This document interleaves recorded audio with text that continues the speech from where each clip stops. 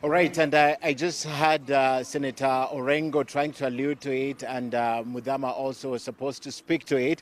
But we're on the ground, and what Senator Orengo said is that this place has also been attacked. I wouldn't say it has been attacked as such. I just want to go back to what I said earlier. While we were doing our interview with David Ndii, who is the chairman of the strategy and the technical committee of NASA, we were told by one of the officers of NASA to leave the premises because there was increased activity inside the building, and we later learned that there was also increased activity out of the building, and I'll explain. Now, earlier when we came in, we were right here at the gate. We took a lot of time before we got in. What we understood is they were trying to hold us here to vet the media who are going inside the building. But right in front of me is the Runda Water. There were some two other gentlemen. We were the first here, so the two gentlemen were standing right in front of us. We thought they were just people from Runda Water or just passing by here. But then later when we went inside, because we were hurrying and there's a lot of us journalists here, we went in. So when they were taking us through the rooms, one of the officials of NASA noticed that there were those two gentlemen who didn't look like journalists. So they started questioning them, and all focus shifted to those two gentlemen. That's how the video that is now being shared online managed to get out. They tried to question them, and they realized that indeed they were policemen. So they took their badges, they took photos of them through using their telephones, and then later we went out to do the press conference. So while we were doing the press conference, they released those two gentlemen after taking their details. Then, incidentally, outside here where we're standing, there are other people who assembled. There are about 8 of them. There were 2 SUV cars parked right in front of us. So the gentlemen were armed. We could see the guns, or the people who were outside here could see the gun, although we saw them later living in the 2 SUVs. And then we learned that there were flying squad officers who had been called by the other people who were detained inside here for sort of beefing up security, their own security, because obviously they were under imminent danger. There were a lot of officers inside here who were accosting them, asking them for information. So probably they asked for reinforcement, and we had those 8 other people come, and they're outside here. Then when we were told to leave, because that's the point we left Smriti, they realized that the cameras now were focusing outside on them.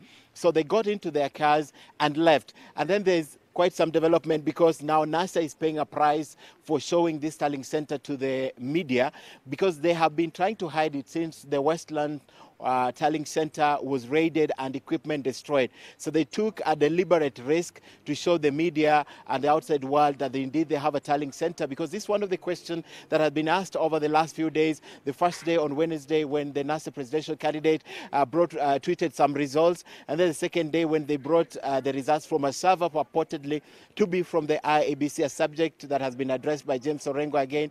Then there's been a lot of questions after that. Do they indeed have a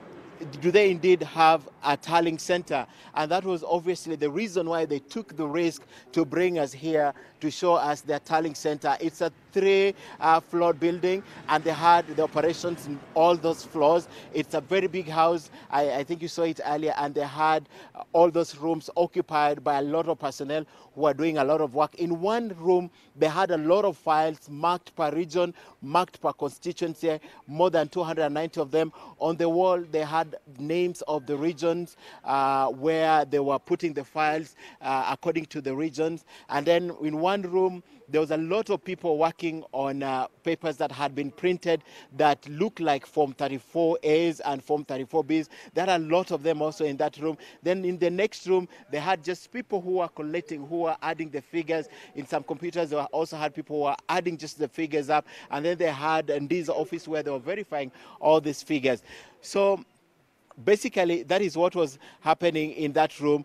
But the development that I'm talking about, Smriti and Mark, is that what has since happened is after they saw the imminent raid in this building, they've taken off all their stuff in different cars. Initially, those cars were inside here. They were unmarked. They had white papers across the number plates, but they are all dark cars. They've taken all the stuff out, headed to the next tallying center, because indeed the operations here, according to them, have been compromised by the virtue that that they exposed it to the media and the rest of the world. So they took that deliberate risk and exposed it, but now they have all left. And if you can see at the gate, initially they had about 2 security guards when we were coming in, because we saw them, we were trying to access the building, but they couldn't allow us.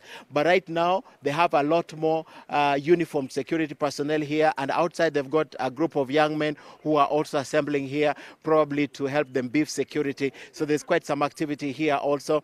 But all in all, they've abandoned the operations here and they've left in unmarked cars, and we don't know where to, but they indicated earlier that they have about 3 tallying centers just in Nairobi alone, and also Ndi alluded that there could be one in Arusha. Specifically, he mentioned Arusha. All right, many thanks, Ken. I have a lot more hair on my head, so obviously cannot be Mark. LK is there waiting, but just really quickly, Ken, the question I have is, there's the claim that these 2 people were detained at the NASA tallying center. What is the truth on that? Are there any 2 strangers or police officers who are being detained at the NASA tallying center, or is this not true at all? Yes.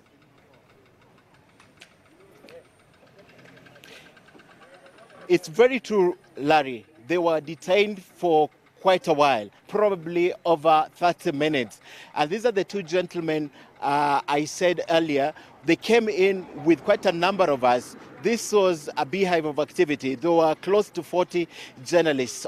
Cameras were over 15. So there were quite a lot of people here. So when we came initially, we assembled outside here by the gate, just like you can see this crowd. So what happened is, when we were getting in, the 2 gentlemen were standing right in front of us, and this is Runda water, so we thought they were just ordinary. In fact, one of them came to try and speak to me. We were the first here when we got the invite. So when we were standing here, they came to try and talk to me and ask me what we were doing here, but we couldn't talk to them. So indeed, yes, there were 2 gentlemen who got in with the journalists. When they realized they don't look like journalists, they were detained by the officials of NASA right here for about 30 minutes. All their documents were taken up and photographed using the phones, and then later they were released indeed, Larry. So it's true, there were 2 gentlemen who were detained here. And now I understand my colleague, who is also my boss, is at the Bomas of Kenya, and now I hand it over to you, Linus, at the Bomas of Kenya. Linus?